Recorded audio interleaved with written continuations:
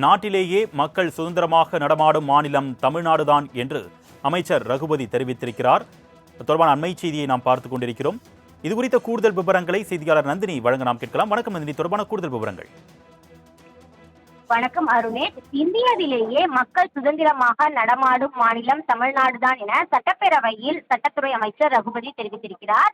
சட்டப்பேரவையில் காவல்துறை மானிய கோரிக்கை மீதான விவாதத்தில் பேசிய சட்டமன்ற உறுப்பினர் வானதி சீனிவாசன் சட்டம் ஒழுங்கு சீர்குலைந்திருப்பதாக கூறினார்.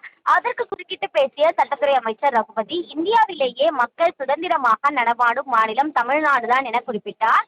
தொடர்ந்து பேசிய அவை முன்னவர் துரைமுருகன் பெண்களுக்கு பாதுகாப்பு இல்லை என உறுப்பினர் தெரிவிப்பதாகவும், வாரணாசியில் 23 பேர் சேர்ந்து பாலியல் பலாத்காரம் செய்திருக்கின்றனர் என்றும், ஒவ்வொரு இடத்திலும் குற்றம் நடப்பது சகஜம்தான், ஆனால் தொடர்ச்சியாக திமுக அரசு அதன் மீது நடவடிக்கை எடுத்து வருவதாகவும் குறிப்பிட்டார்.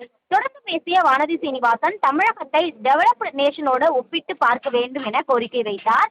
அப்போது குறுக்கிட்டு பேசிய அவை முன்னவர் துரைமுருகன் உங்களுடைய அக்கறையை பாராட்டுவதாக கூறிய அவர், ஆனால் தமிழ்நாட்டிற்கு ஒரு நீதி, வாரணாசிக்கு ஒரு நீதி, ஆந்திராவிற்கு ஒரு நீதி என பார்க்க கூடாது எனவும் தெரிவித்தார். அப்போது குறுக்கிட்டு பேசிய சமூக நலத்துறை அமைச்சர் கீதா ஜீவன் பெண்களுக்கு பாதுகாப்பு வழங்குவதில் தமிழகம் முதல் மாநிலமாக உள்ளதாகவும், எந்த குற்ற செயல் என்றாலும் பெண்களும் குழந்தைகளும் புகார் அளிக்க முன்வருகின்றனர். அதன் காரணம் என்பது திமுக அரசின் மீதும் நீதிமன்றம் மீதும் உள்ள நம்பிக்கையின் காரணமாகவே பெண்களும் குழந்தைகளும் புகார் அளிக்க முன்வருவதாக கூறினார். அந்த வகையில் இந்தியாவிலேயே தமிழ்நாட்டில் தான் மக்கள் சுதந்திரமாக நடமாடுவதாக சட்டத்துறை அமைச்சர் ரகுபதி தெரிவித்துள்ளது குறிப்பிடத்தக்கது. கூடுதல் விவரங்களுக்கு நன்றி நந்தினி.